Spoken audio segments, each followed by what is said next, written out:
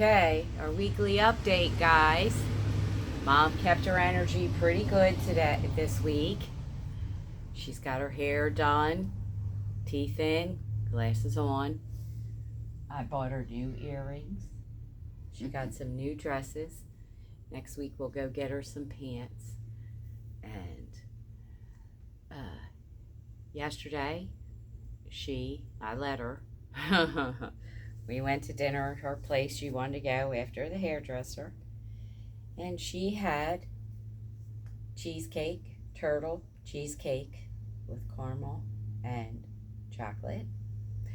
And last night she crashed. This morning she was out of sorts.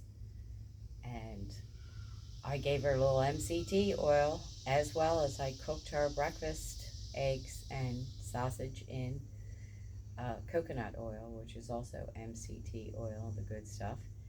And she seems to have gotten some clarity back, because she has physical therapy and occupational therapy today for the first time.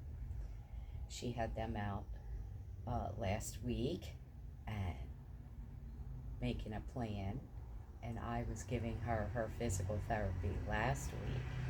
So this week they're doing it today. Today is Friday, by the way, at 1, and the other one is at 1:30. Last night she had a nutritionist out. She was very pleased with the Mediterranean diet. My glucose monitor had broken, so I had to order both her and I. Lord knows she doesn't check for years her blood sugar. So I got one for her too. I believe that was supposed to be in on Sunday, because lately they haven't really been delivering when they say they are. Last Sunday I was supposed to get my bowls to put up my tomatoes, and my tomatoes got put up on Monday with no bowls. I used freezer bags, which is not my favorite for sauce for tomatoes. And I have yet to get my bowls for the freezer, because I like long flat ones. They freeze better and thaw better. I believe I've told you guys I prefer glass. I do not like plastic for heating things up, and tomatoes is one of those things with pasta you're going to heat up. So anyway,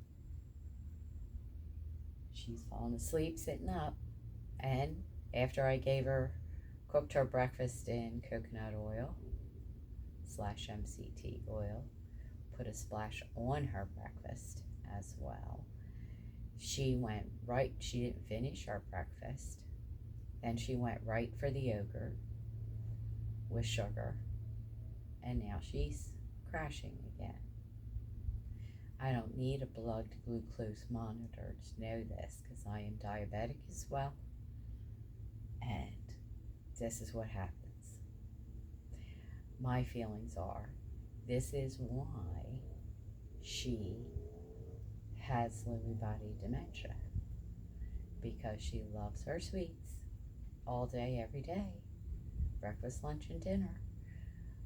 Monday, we went to the diner, and I did not let her have dessert, because she was already tired, because I don't know what she ate over the weekend. So I was like, no, we have things to get done, and I'll give you your dark chocolate, which is actually a good sweet for you later at the end of the day. So that's what I did. She was not happy about that. Yesterday was a special day. She hasn't seen anybody in quite a while, actually. The restaurant owner is friends of ours, and so are several of the waitresses, and it's one of our favorite places as a family to have family functions. And so I wasn't too bad, but they did all remind her that she needs to listen to me, because I know what I'm talking about, and I let her have her sugar and have her crash, and she snuck it in on me while I was cleaning her room this morning with the the sugar-filled yogurt.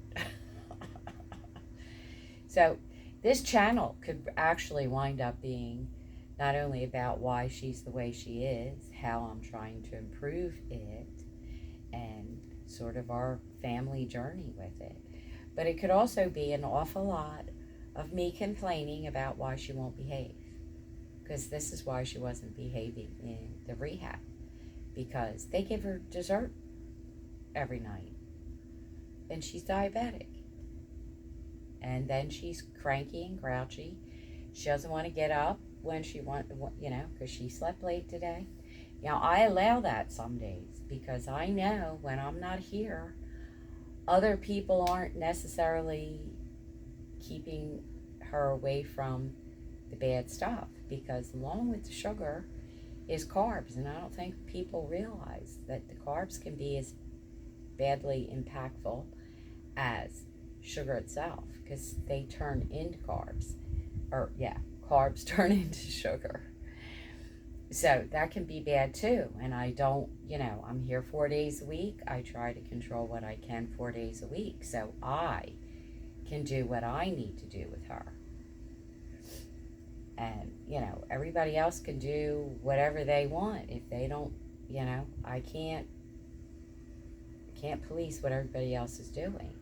But I can let them know that when she's misbehaving and when she's tired all the time, this is why.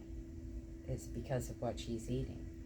And then I just sort of leave it open for, anybody who wants advice, because I'm not going to shove it down their throat. I have learned at the ripe old age of 67, and I've been diabetic for 20 years. She's been diabetic for 26. But I learned very quickly, even with a sick husband who could eat all the sugar, all the carbs he wanted, because he just had a different metabolism. But I'm here to say that I had to learn very quickly, because I was responsible for taking care of my husband, who was totally disabled for the last 12 years of his life. It was not dementia. I believe I've told this story before, so I won't bore you again with the details, but I will say this is why we had a bad morning. This is why she's sleeping now. And when therapists get here, she is not going to be very pleasant. I'm just glad I'm here and they're doing it on the days when I'm here, because she needs the therapy. I believe in therapy.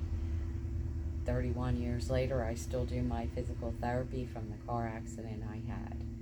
I was given a 10% chance of walking again, and I am a firm believer, if I did not do that physical therapy every day or as many days a week as I can, because when I was in therapy, it was 2.5 hours a day, 3 days a week for a year and a half. So I'm here to tell you, I believe I wouldn't be walking at 67, 31 years later. I have bone on bone in my hip, bone on bone in my right knee, and I'm almost there with my left knee. And I never had their surgeries because I was too young at the time to have their knee and hip surgeries. And I had learned, along with the diabetes and the Mediterranean diet and my own physical therapy, because I'll be honest with you guys, I don't like the word diet. It's nutrition. I call it my physical therapy. I do not call it exercise. I don't like the word exercise either. I think it leaves people with the feeling that they're supposed to be huffing and puffing, all red-faced, jumping up and down, running all over it, and running around the block, straining themselves. I don't do that. Keep myself flexible, keep myself moving. And that's the other word I generally use, is move. Just move. Don't sit too long. Don't stand too long. Don't do anything too long. Keep it circulating, cycling. But anyway, that's my story. I do my physical therapy with the ball, but I am 67, And the reason why I have arthritis in my hands is because I used to run power tools in the days where they didn't have ergonomic tools and gloves and special stuff for all those things. So this is why I have so much trouble with my hands, especially this hand, because it's my dominant hand. So she's awake now. This is another thing her and my husband can do I could never do, is sleep sitting up. I don't know how anybody does that. They did. My husband did. She does. I'm like, I could never. I have to lay down to sleep. So you have anything to say about your week and how you feel now that you've been home for a week and 2 days? It's fun. How you feel? I'm just watching everything go by. Yeah. Do you feel a lot better now that you're out of rehab?